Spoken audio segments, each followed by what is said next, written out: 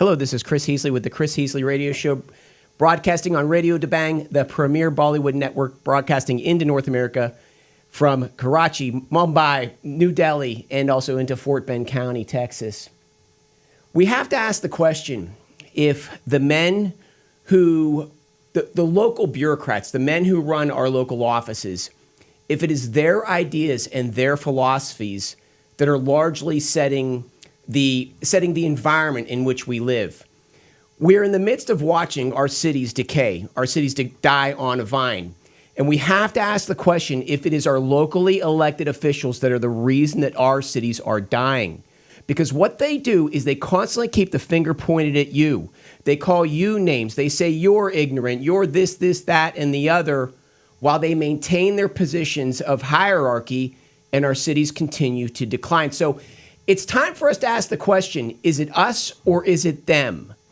And we have to ask the question, is it time to be somewhat accusatory towards them like they've been towards us for a lifetime? And with that being said, there is one political official more than any other that sets the standard for crime and safety in the city, and that in the county. And that is the county sheriff. The county sheriff plays the greatest role in providing a safe environment for our cities and towns in the county, because the county sheriff is the only directly elected police official in existence. He is directly elected by the people. No other police official is directly elected by the people. The police chief, the city police chief, is a mayoral appointment, and as such, it's more of a political position. The police chief is more inclined to be loyal to the mayor who appoints him. But the county sheriff is elected by the people, and as such, he has an intimate relationship with the people, and he has a direct responsibility more than anyone else to keep our county safe. And so we have to ask the question, if our county sheriff has political opinions that are not in line with law and order, that are not in line with good standards, is that contributing to the decay of our cities? Well, we're going to ask that right now. We're going to ask that with regards to Ed Hernandez, the county sheriff for Harris County. And I'm going to ask you if his political opinions are the reason that our city is declining. We're going to go through them, okay? And then you decide whether or not Ed Hernandez is the reason that the city of Houston is having increasing crime by the day. And the first thing we're going to look at is the topic of immigration. And the truth is that a country needs a strong external border, a formidable border on the exterior to keep us safe on the inside, to keep us safe from external threats. And as we know, largely under the previous Joe Biden administration, our border has been wide open, and we have seen criminal activity flow over our border into our cities in large numbers. And to give you an idea, in the city of Chicago, the cartels have basically sent an infantry of soldiers up there. They have the equivalent of a considerable army in the city of Chicago. And so we have to ask the question, if a sheriff has an opinion on a strong border, is that good or bad? Well, Ed Hernandez is largely a critic of a strong border. So while our cities are declining, he is not taking a strong position for border security. Is that maybe one reason why our cities are not getting any? Our city of Houston is not getting healthier. Now we got to look at bail reform. And bail reform is this concept brought to us by George Soros and by the leftist Democrats, brought to them by their globalist masters, and the entire idea is to let criminals back out on the streets. And we had a woman here, the district attorney, Kim Ogg, and she is a Democrat, and she fought hard against the Democrats against bail reform. And what they did is they did essentially the equivalent of a political execution on her, and she got beat in a primary. And so with regard to that, regarding bail reform, Ed Gonzalez is a large critic of bail reform. He's a large proponent of letting hardened criminals back on the street. I'm reading here. Gonzalez proposed that bail be waived, quote, for many of the 8,000 inmates in the Harris County jail. Okay? So Does that sound like the opinion of a county sheriff that would be a good county sheriff or not? That's the question for you to decide. And finally, on the issue of constitutional carry, right? And the truth is, for us to have a safe society, police are secondary. You are primary, because there's always a lag time. There's always a response time before police can get to you when you're in a bad way. And as a result of that, every person needs to be able to defend themselves. And as such, a strong push came for the Second Amendment to bring our Second Amendment back. And one initiative in that was the constitutional carry laws. And Ed Hernandez was largely an opponent of constitutional carry. So we have to ask the question: are these opinions where he sort of has a leftist position at the critical issues that affect safety in the city? Is that a healthy position for a county sheriff to have? And is it his personal opinions that are causing our city to decline? That is for you to decide. And with that being said, we'll go over all those topics today. This is the Chris Heasley Show, and on this show, we will bring you all the ideas, the content, the information that you need to take back your city, your village, your borough, your township, your school district, our counties, our great Texas counties, and our state, the great state of Texas. But there's an obligation that comes with the show, and the obligation is on you to get involved at the local, because change only happens at the local level. And today, we will be talking everything local. We will be talking everything about crime and safety in Harris County. And we have two incredible guests today. In our studio, we have here today with us Alexandria Hamilton. Alexandria, Butler. how are you doing? Oh, goodness. Alexandria Butler, I apologize. How are you doing? Alexander Hamilton. I'm in the middle. I swear to goodness, I am right now studying Alexander Hamilton so much right now. So I had a mind miss there. I apologize. love it. Okay. But that's all good. I just equated you with one of the founding fathers, so I guess that's okay, right? I know. I must be. It must be the hair, maybe a little poofiness There you today. go. I don't know. There you go. I got my powdered wig on today, so. I would like to say that your congressional candidacy is gaining steam. Is that correct? Absolutely. We're gaining a lot of momentum. God has really done a number. I mean, we're being blessed. My name's getting out there a lot more. I can't even really see who my other opponents are. I got the opportunity to meet Al Green last Friday, which was pretty interesting. He snatched his hand out of my hand as I told him that I was his opponent in District 9. He didn't like that too much. So, we're doing pretty good. It's only going to get more tense, so it's going to be good. It's gonna be good. I like it. Yeah, excellent, very good. And we also have in the studio Joe DANNA. Did I get your name right? You certainly did. Awesome, Thanks, good Chris. deal. Well, Joe, you have a very interesting career. You're a long Houstonian, long resident of Harris County, lifelong, I believe. Is that correct? Correct. Okay, yes. And you have a very interesting career. You started your career off not in the field of police, but rather in the field of small businesses. You had a photo business, is that correct? That's correct. 26 years. Very- Quality Photo Inc. And then you made a transition from that into the public office and to the constable sheriff's office, and you had quite a career in that area as well. Is that correct? That's correct. 32 years in law enforcement here in Harris County. Wow, excellent, very good. Well, this show is all about crime and safety in Harris County, and we have two incredible guests here, so I want to hear all about it. And the first question I have for you, Joe, is tell us why you're running for Harris County Sheriff. There's a lot of reasons, but the main two reasons, I made a commitment after the 2020 election, a commitment and a promise, and I keep both of those. I keep my commitments and I keep my promises, that I would not run away from the 4,000 or 5,000 currently employees of the Harris County Sheriff's Office. They need a true law enforcement officer. They do not need a they do not need a sheriff that doesn't understand his job. Right. His job, first of all, is not about him. It's about the 4,500 to 5,000 employees.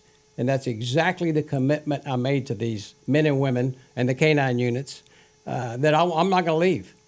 Matter of fact, after the 2020 election, I was in Mattress Mac's shop, Gallery Furniture, and he saw me and he said, "Hey, Joe DANNA, you going to run again in 2024?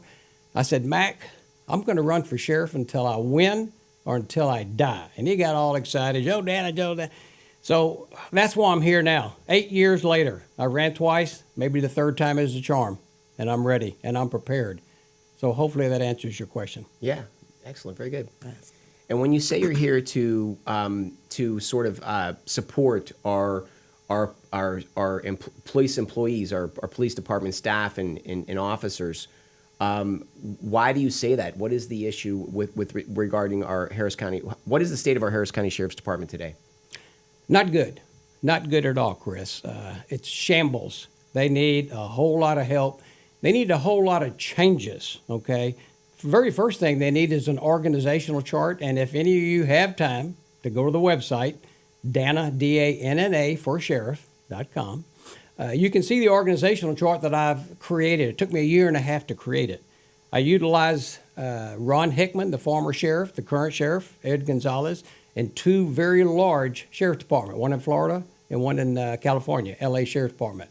And we massaged them. Took me a year and a half. But we have an organizational chart, which is the foundation of any business and certainly a law enforcement agency, the third largest in the country, Harris County Sheriff's Office. It's an effective organizational plan. It's very effective. And that's the very first step we're going to do. We have a lot of plans. We have a lot of good ideas, and they're all based on common sense. Common sense. Law enforcement has lost that. Hell, the government's lost that, but they've lost that. Those two words, common sense. So anyway, the foundation, the organizational chart is the foundation, and that's the very first step we're going to take care of. Another thing we're going to do very, very quickly is the reserve program. The Harris County Sheriff's Office used to have 500 to 600 reserves. Reserves are deputies, men and women, that are not paid. They're full-time, they're peace officers. They can do the same thing as the paid deputies and sheriffs and captains. We're going to, right now, currently in 2025, there's 88. It's gone from 600 to 700 to 88. It doesn't cost the county a dime. This is ridiculous that what they've done to that division. But anyway, we're going to increase that. We're going to increase it back to 500 or 600. I could sign. That's reserved officers. Is that what you're saying? Reserve officers. Yep. They call TCO calls them volunteers now, but you can call them reserves. So they're sort of like non-salaried. They're just on call whenever and a moment's notice when they're needed. That's right. That's right. And there's so many opportunities for reserve deputies. Yeah. You get complaints in a school zone. You get out and you write tickets. They can go talk to juvenile. They can talk to schools. They can talk to teachers.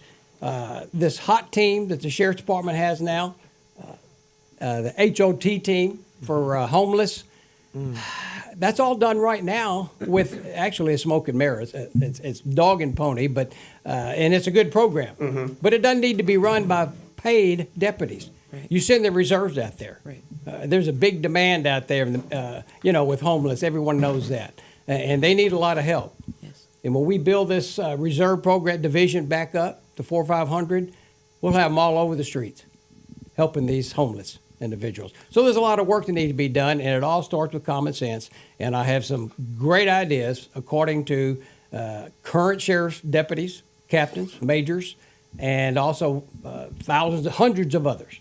So that's the game plan, and I'm ready to go and prepared to lead this thing. I think that's an incredible idea. Incredible. We're having a little rigging of the system here. But Alexandra, tell me what you think the state of crime and safety is in Harris County right now. Where do I begin? Well, I think any of us can take a look and observe and see in Harris County that crime has certainly taken an uptick over these past few years, especially since COVID. I mean, since COVID, if we just kind of gear everything from there, when everything kind of changed into this new normal, we can see that people in their mental distress, I don't know if it's a combination of being inside, of fear, of the media, all of these things kind of creating this recipe and this environment of chaos where people have completely lost a lack of civility. And so it's gotten to where it's very dangerous. You can't even go to the grocery store. You can't pump your gas without somebody approaching you. As a woman in the city, I make sure to keep my doors locked now. coming from a smaller town originally where we didn't really worry about locking doors, like living in a bigger city, I definitely see the difference. You're concerned. I mean, me as a woman, I'm concerned. I've been followed before. I've seen people, just staring at me, and that makes you very uncomfortable when you're going into places. So knowing that there's not as many officers, that morale is a little lower than it was before, that actually doesn't make me feel any safer as a resident. I'm sure anybody listening, that doesn't make them feel safe at all. But I know for me personally, just observing that, it created a desire within me to want to do something more for the community, because I see that, that there's children that are being killed in their beds. We see that there are drive-by shootings that are still happening in very close-knit communities. We see that people are being shot mistakenly, children dying in their beds. I read a story about a child dying on their way to the playground the other day through a bullet. I mean, bullets don't have any names on them. And so that actually, seeing that story right there, it burdened my heart so much, because I don't think that we should be losing our children in this manner to somebody shooting a weapon from their car into a house meant for somebody else, or walking up on a crowd of individuals, spraying gunfire, into a crowd of people. I think this is something that I think at the federal level can be addressed, just on that in particular, with these wild bullets being shot, people being killed, gunned down, road rage incidents, that would be included. But I propose a drive-by bill in which anybody that is involved with the shooting into an unoccupied or occupied dwelling from a vehicle, even if they step outside of their vehicle, any type of a mass shooting in a commercialized or residential dwelling place or building, that should be punished to the highest extent of the law. I think it's like a one strike, you're out. I'd rather lose a criminal than a child. I'd rather lose a criminal than another of our innocent uncles, aunts, anybody out here walking down the street. I think that with that, I think it should be a capital punishment. I think these individuals are terrorists. I mean, in my opening monologue, I listed the foundational issues of the county sheriff. Yes. Go look up his wiki page. These are the things that he stumps on. Yes. He stumps on, I'm going to go over them again. He stumps on, he is an opponent of immigration control, of a strong border. Absolutely. Okay?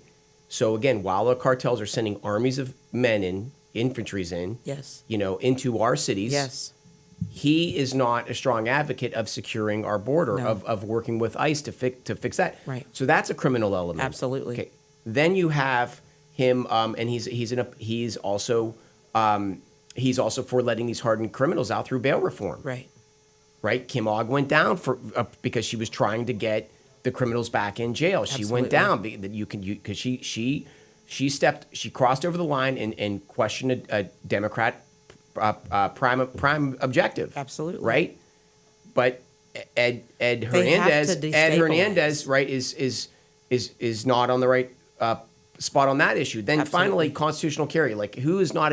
You're in this street. You're in these cities. Right. All these young women, small women out there, Yes. with these criminals everywhere, and, Yes. and they're not supposed to have a gun on them. Right.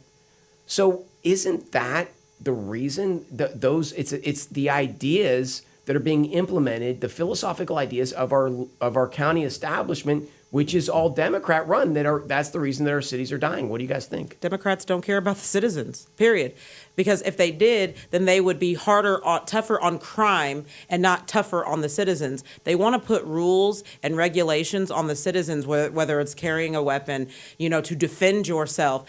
Good people should carry guns. Absolutely, because it's good people that are going to protect people from harm when the time arises. Now, when you put all of these rules on the citizens, we're going to follow those rules, but the bad guys aren't going to follow these rules. They're going to be out here carrying a gun anyway. If you say no AR-15s, then they're going to still carry the AR-15. When you tell us no, they're going to still take it as a yes. They're defiant. They are not civilized. So who's going to protect us against the bad guys? Who's going to protect us at all? We can't protect ourselves. They have disarmed us, and I think it's part of a deeper and a bigger plan for the Democrats to destabilize this nation and further bring in some sort of bondage through whatever this fake utopia is that they want to bring in the future. This idea that nobody has guns, you don't own anything, you don't, we let everybody out, we're all singing Kumbaya. But the reality is greed exists. There's still sin that exists in this world. People are going to people. Human nature exists. So you can't sit here and say, okay, well, we're going to disarm you. Everybody won't be disarmed. The bad guys are still going to have weapons. Right. What do you do? Right. So, Joe, you served for a long time as county constable. Is that correct? Correct. Okay. Tell us how long you served in that role and what your experience was in that position. That's where I began. I served there for 20 years, nearly 20 years, Precinct 1, Harris County Constable. I worked in every division that they had.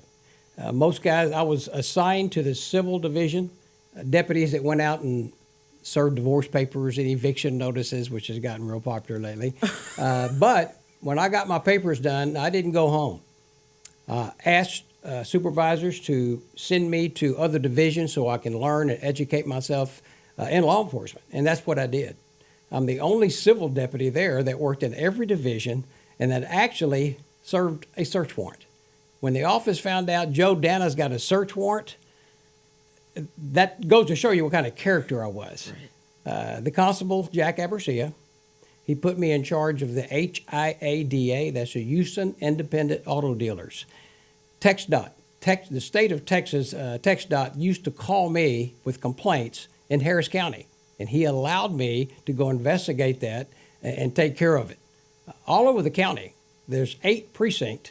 There's 8 precincts in Harris County. I work for one. Number 1 is the largest densely populated, which is back then was about 900,000, nearly 1 million folks out of the 8. Anytime they called anywhere, any of the precincts, TxDOT, they would always say, call Deputy Joe DANNA. So, and like I said, I worked at every division. Back then, they only had one division, mental division. They would get mental warrants. When folks would file a mental warrant, they'd call Precinct 1, and I worked there too. I worked every one of them. I worked all aspects of Precinct 1. I got all the experience I could. After 20 years, I decided to run for that office. That was 2012. I won second place. As I tell folks, I never lose. I didn't win first, and I ran again 4 years later.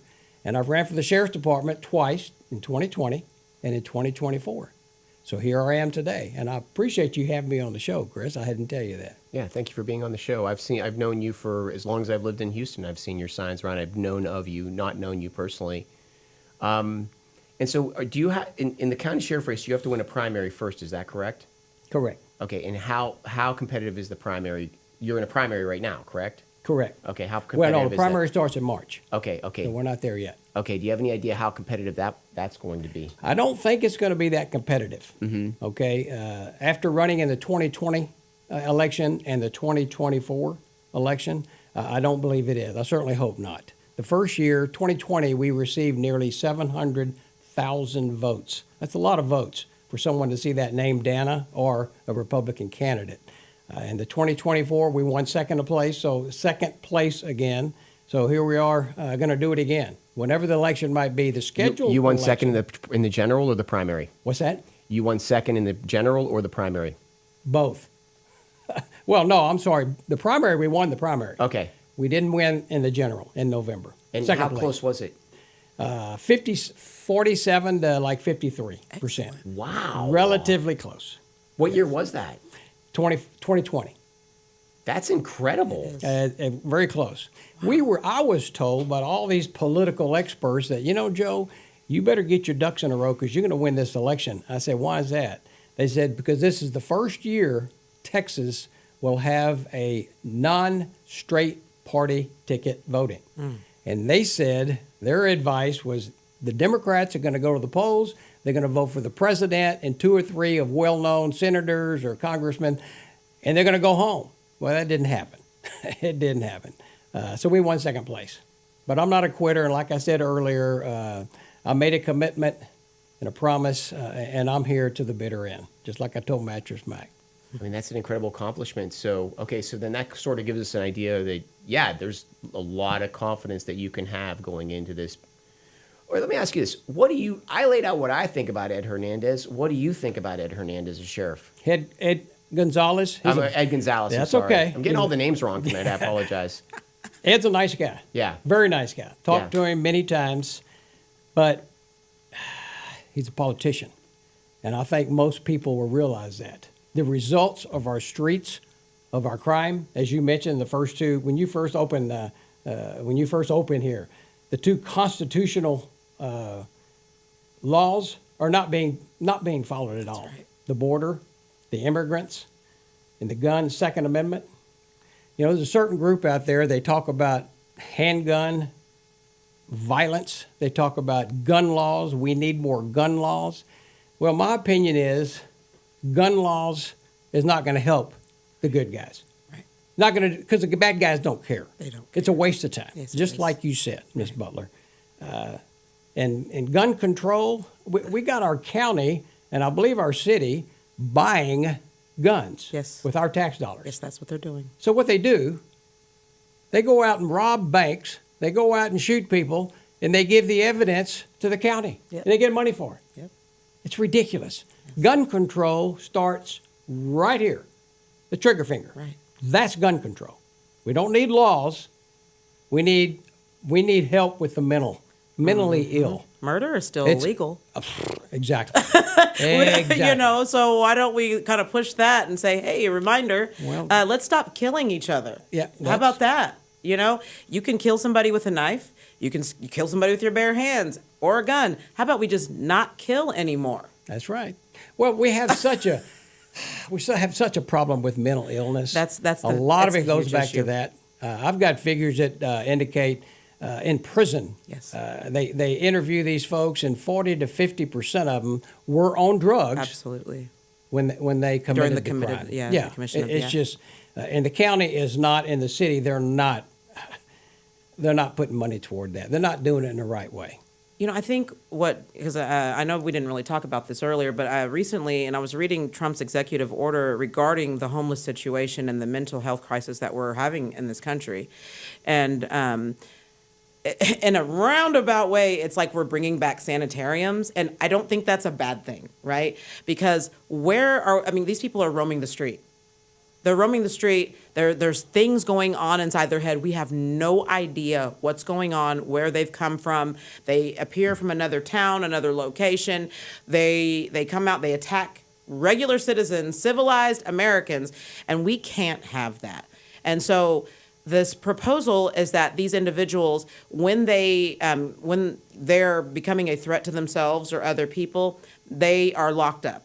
Not in jail, but they are locked up in some sort of a mental facility. And Trump is also wanting to build more mental health facilities, long-term care facilities, not outpatient, definitely inpatient. And so he's wanting them, I think, first issue, they get locked in or is some sort of required, I think it's 30 to 45 days required, like they'll be observed. Doctors will look in on them, determine if they're, I think it takes like a year or two for them to come back out into society. I actually agree with this that he signed, because what else are we going to do? We can say, okay, train police. That's not right to train police to determine who's mentally deficient or not. That's not their job, okay? If some lunatic with a gun is shooting at the cop, he can shoot back at them, period. I mean, oh, are you schizophrenic? Maybe you're schizophrenic. I should help you. That's not the cop has to get home to his family that night. No, that's not his job to determine that out in the field. So that Trump has put forth, you know, I think it's a great idea for our country right now. Yeah.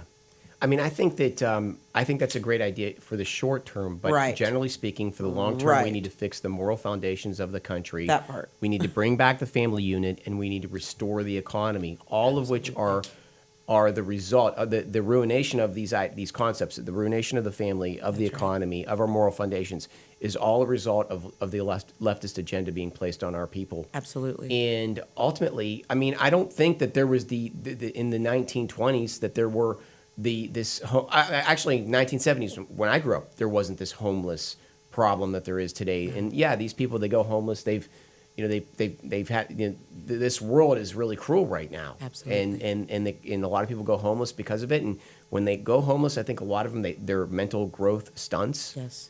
And it just gets worse. So if we Yes. can fix those foundations of the country, it's not right to put all this on the shoulders of our police either. Right. It's not. You It's know, not it's fair. like we all have to take a role in this.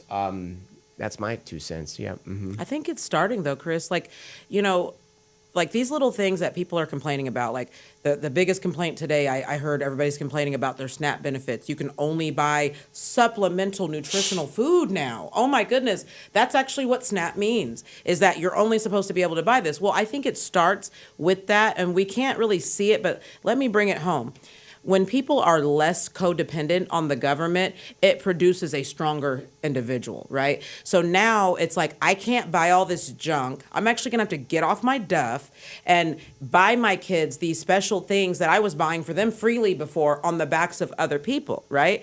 So now I have to get up and do something. When people have to start getting up and they can no longer be codependent, you won't see this anymore on as large a scale. You'll see people getting up, pulling themselves up by their own bootstraps. Whereas now it's like, well, I don't have to do anything. I can just be a loser. I can go live on the street. I can go live in Skid Row. And guess what? They're going to come down here, give me syringes. They're going to come down here, give me hygiene products. They're going to come down here. They're going to take care of me if I choose to do nothing. Well, when we stop doing that, and it seems mean, but tough love is necessary to build strong characters and to put us back in what you were saying, that more wholesome aspect of a course for our nation, because this soul that they've been battling for the soul of our nation, and they almost won. The left almost won. They literally have gotten us to the place where there is a demonic power and presence that has taken over our country, to the point where people don't know if up is down and down is up. Wrong has become right and right has become wrong. And if you call a man clearly a man, 5 o'clock shadow, a man, then he's a ma'am, okay? You can lose your job. Where have we've gotten to a place where we have to say, stop. Yeah. Hold your horses. I think all the ideas. It's time to get back to these ideals like the 70s, like even the 80s when I grew up. I mean, I don't understand what's become of America. I have no idea. We used to, everybody smoked cigarettes everywhere, but there wasn't this issue that we're having with this lack of civility in our country. Yeah. It just Yeah. didn't exist like this. Yep. It's changed. Joe, I want to ask you, what is the, how many employees does the Harris County Sheriff's Department employ? Today, I'm going to guesstimate at 3,000. 3,000 total employees? Yeah. And how many of those are officers? Yeah, sworn officers? Yeah, it's meaning sheriffs on the street. Well, that's what on the street, you probably got about 1,500. You got 2,500 in the jail. 10,000 inmates. Well, you just made Alexandra's point that it's the moral foundations of our society is crumbling, and all these people are going to jail. We have to have all of our police officers in policing the jails. Right. We have more in the jails housing people, than we do on the streets. Patrolling. And we need more patrol. Oh, there's a huge shortage. Huge. Okay, tell us about the shortage. What's the shortage Well, like? that's a tough number. It's a little ambiguous in my opinion. People say, hey, Joe, how many officers you need out there? I always say, you put a deputy in every household out there, and it wouldn't matter. They're going to drink your coffee and eat your donuts until you take care of the morale. Right. If you don't take care of these folks, they don't care. Right. They know they're working for a politician. You have to have their back. When they get in trouble, you have to have their back. The morale is the number one problem out there, I'm telling you, in patrol. The 1,500, it's happening for years. Been happening for years. I agree. I know the sheriff has dropped people into grease over dog and pony show. That something hits the news, you're fired. Yep. Something else hits the news. It's ridiculous. I've seen that. That's not how you run an effective sheriff's office. Look at some of the big ones, like in L.A. They don't do that. No, Nuh-uh. not at all. It's nuts.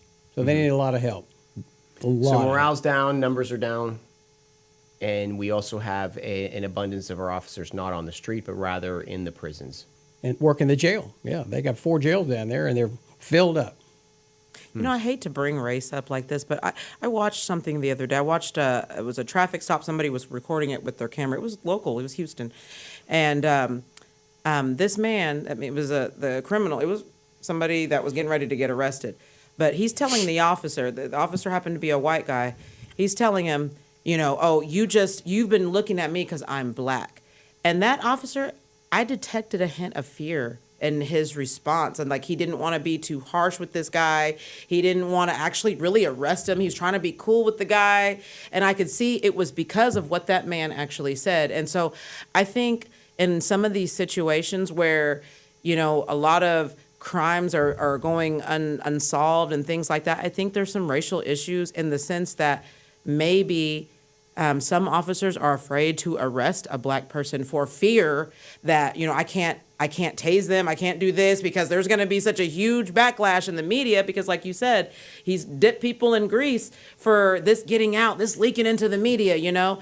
That could be an issue. And I sat and watched this guy do that, and I'm like, you know, you're the officer. You're the one in authority, not this guy. Take the authority and put this guy in cuffs. The war on our police is one more component of the war on America. Yes. If you can break down our policing units, then you can remove all of our protections. They have no authority. And we're vulnerable, right? Mm-hmm.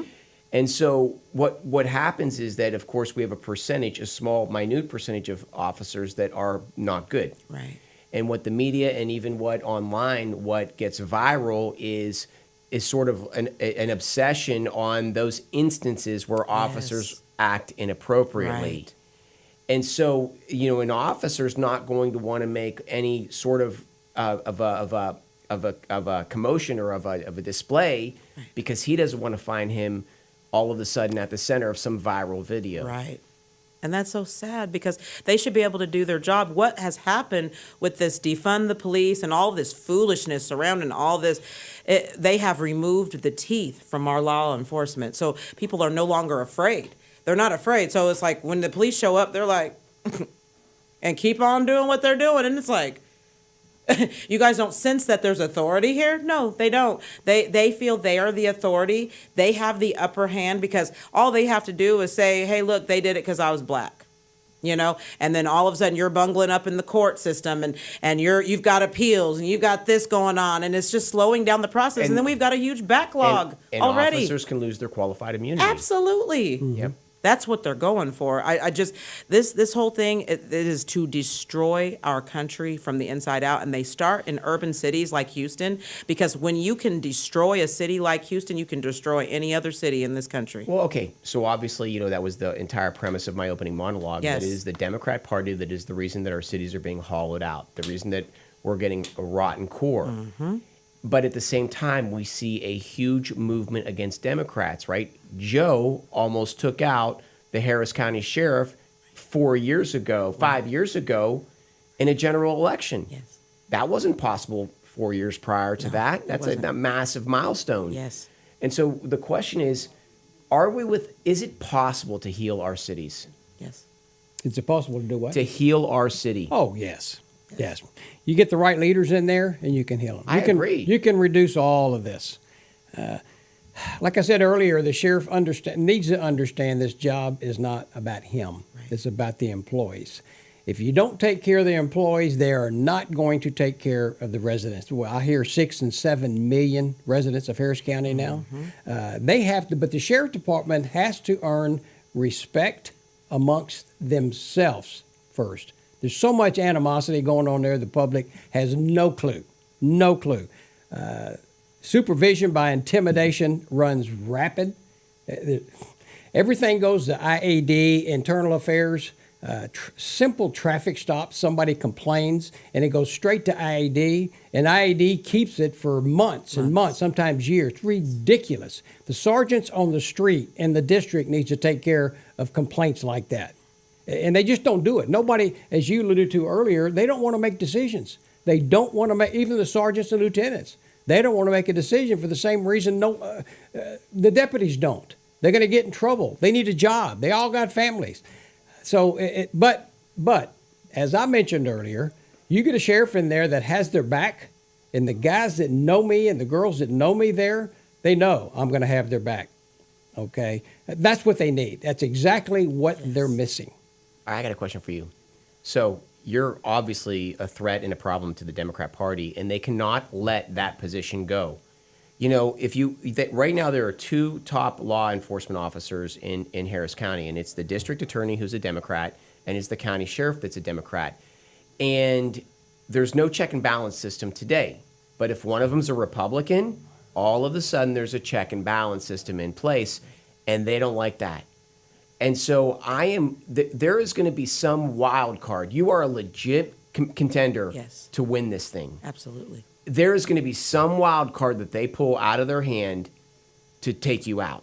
And I mean, I don't know what it's going to be, but I expect a curveball. What do you think? Well, that may be true, but I'll defer back to God's plan. Come on. God has a plan for me. Yes.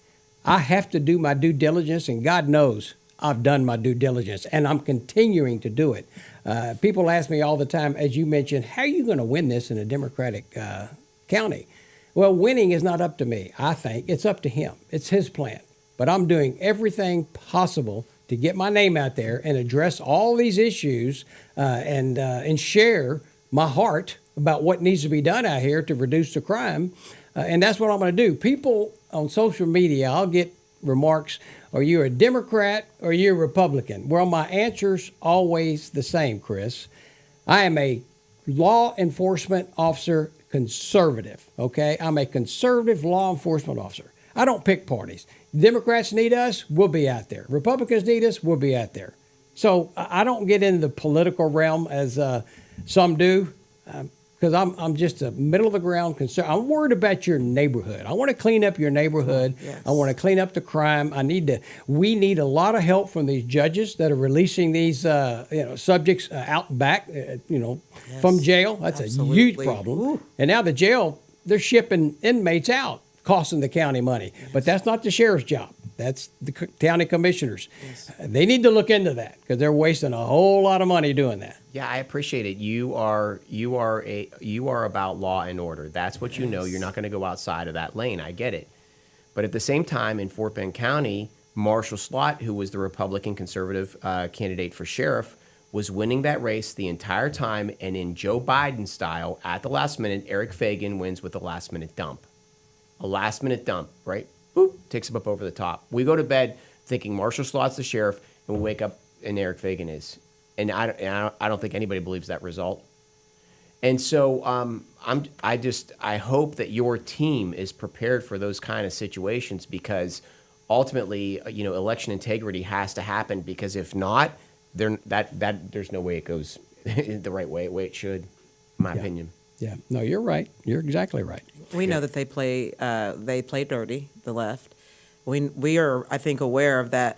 We can see that the tide is changing and God is in control. And, I like that you deferred back to the Lord like that, because when you asked earlier, Chris, if Harris County can be healed, immediately that scripture popped in my head. If my people, which are called by my name, will humble themselves and pray, turn from their wicked ways, seek my face, then will I heal their land. I mean, I didn't quote it verbatim, but it goes along something like that. So, I think that there is a tide of people that are kind of like, if you look at like after 9/11, a lot of people turned towards the Lord. There was a large revival that happened where people were turning back towards God again. And I think we're in a place where people are crying out to God once more and saying, help us. We don't know what to do. We're at the end of ourselves now. And so I think these little antics that the left has pulled before, the cheating and all that stuff, they could get away with that before. But eyes are opening up so much now, and people are starting to see the left for what it is, so much so that it's like the curtain's getting ready to be pulled back, and you're going to see who's really behind it. We're probably going to see Lucifer, but I mean, the camaraderie that I see on the streets, the solidarity, the kindness, the manners, the politeness, Yes. everything that I see between fellow citizens of all different races, All of them. religions, everything is just an incredible time. Yes. People are really coming together, and I can think see it's it. because we've been under assault by the leftist machine for more than a decade. The beast. Yep. Yep. Well, Alexandria, I want to ask you. You are also in a contentious battle for a congressional position, Absolutely. and What is the state of your campaign? Well, right now we're dealing with this redistricting. That's I know we didn't really come to talk about that today, but I just find it interesting. It's okay. We can talk about it. Oh, okay. We covered crime and safety for 50 minutes. So. Okay. So when I entered the race, I had a lot of Republicans, not Democrats, but Republicans. Oh, you're never going to win. Don't worry about it. Just let it go. In my mind, I'm thinking, Al Green went uncontested. Nobody had the gall to run against this guy. And so now when I enter the race, now I've got Republicans telling me, don't run. It's just give up. The Republican Party's not going to support you. All of these things, trying to get me to drop out of this race. And I just felt the call of God in my life so strongly that I felt that I needed to see this thing through. And so when they announced that there was a possible redistricting, it was a secret thing at that time. It was before it's become this big thing like it is now. And, I'm thinking, I'm praying one night, and I'm like, God, what's getting ready to happen? And I just kind of got this, be patient, right? And so I'm watching as this is going on, and I'm still getting the, don't run. It's plus 24 Democrats. You just give up, give up, give up.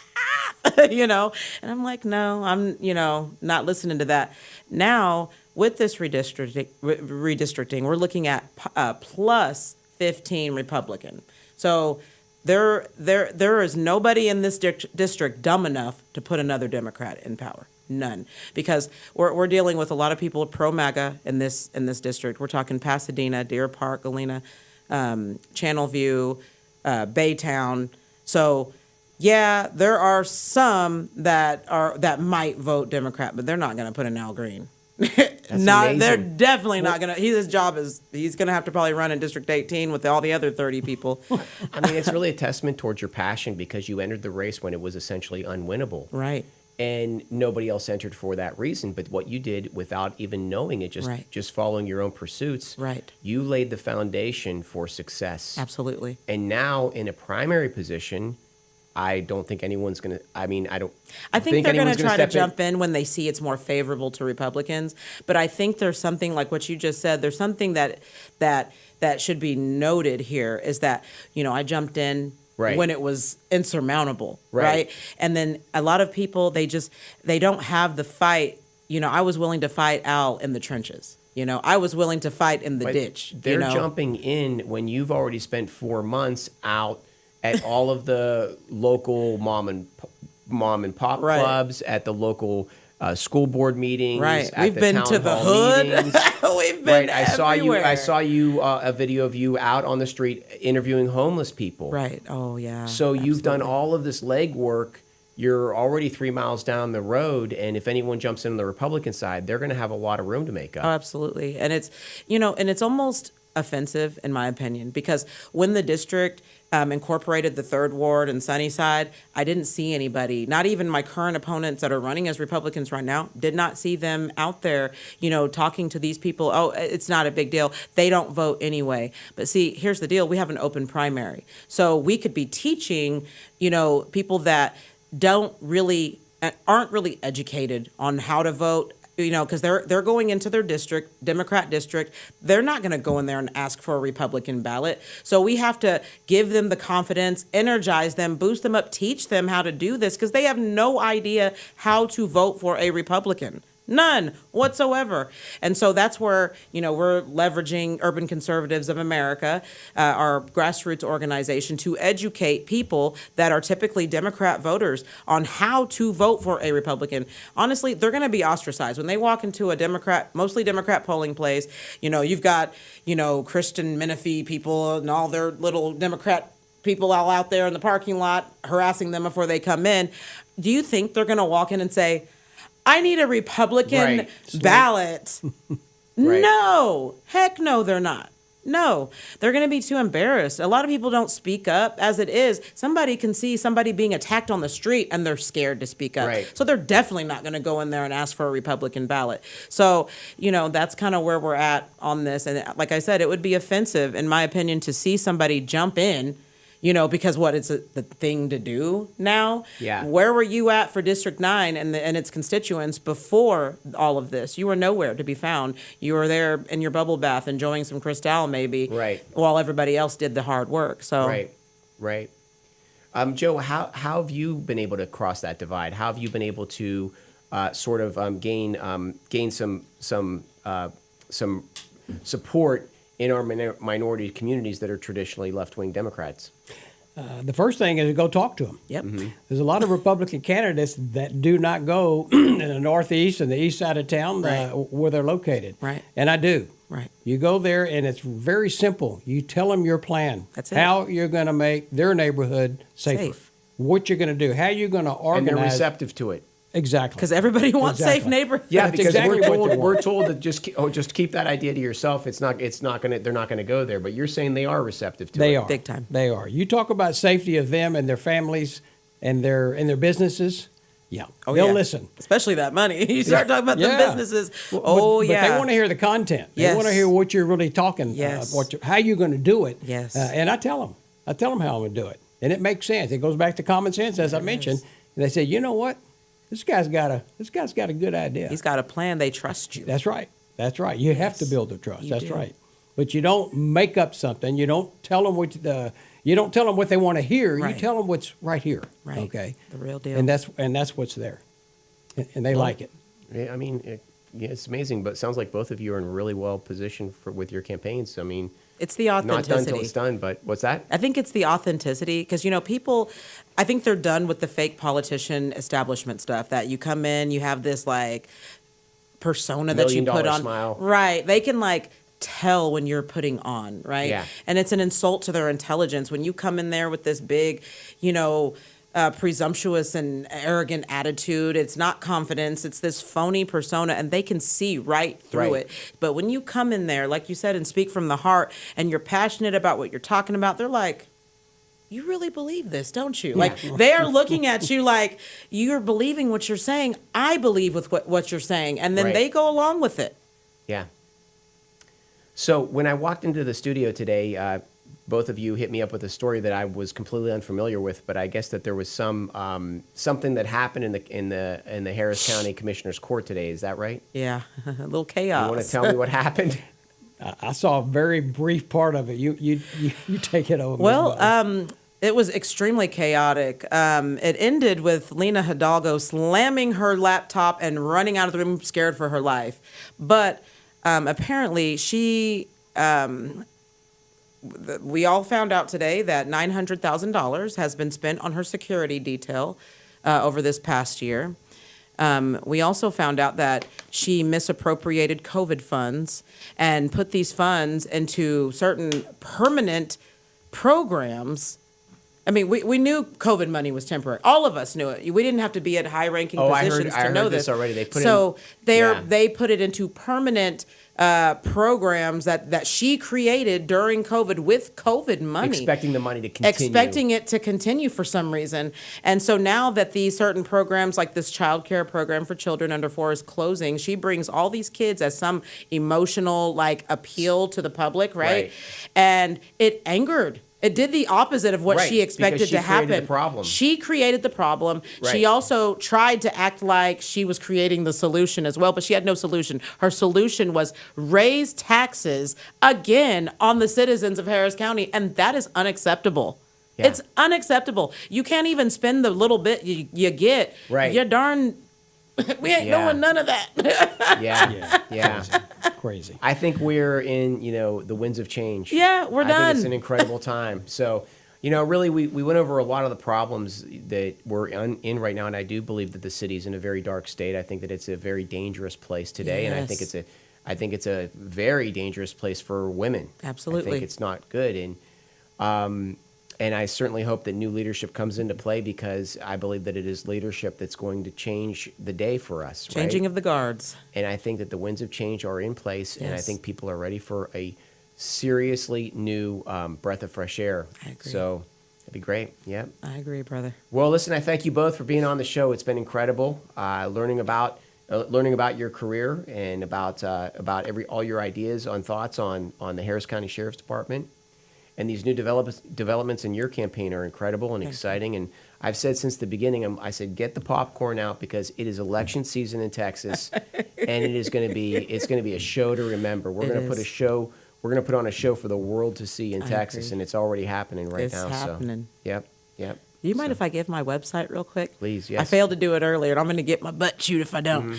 AlexandriaButlerCampaign.org. You can donate. You can check out my platform, the issues I believe in, and you can definitely also pray for me as well. We have a lot of intercessors that do pray for us every single day. Pray for me, and please add Sheriff Joe DANNA to your prayers too. He's a great guy. I love him. God bless you. Thank you so much. Yep.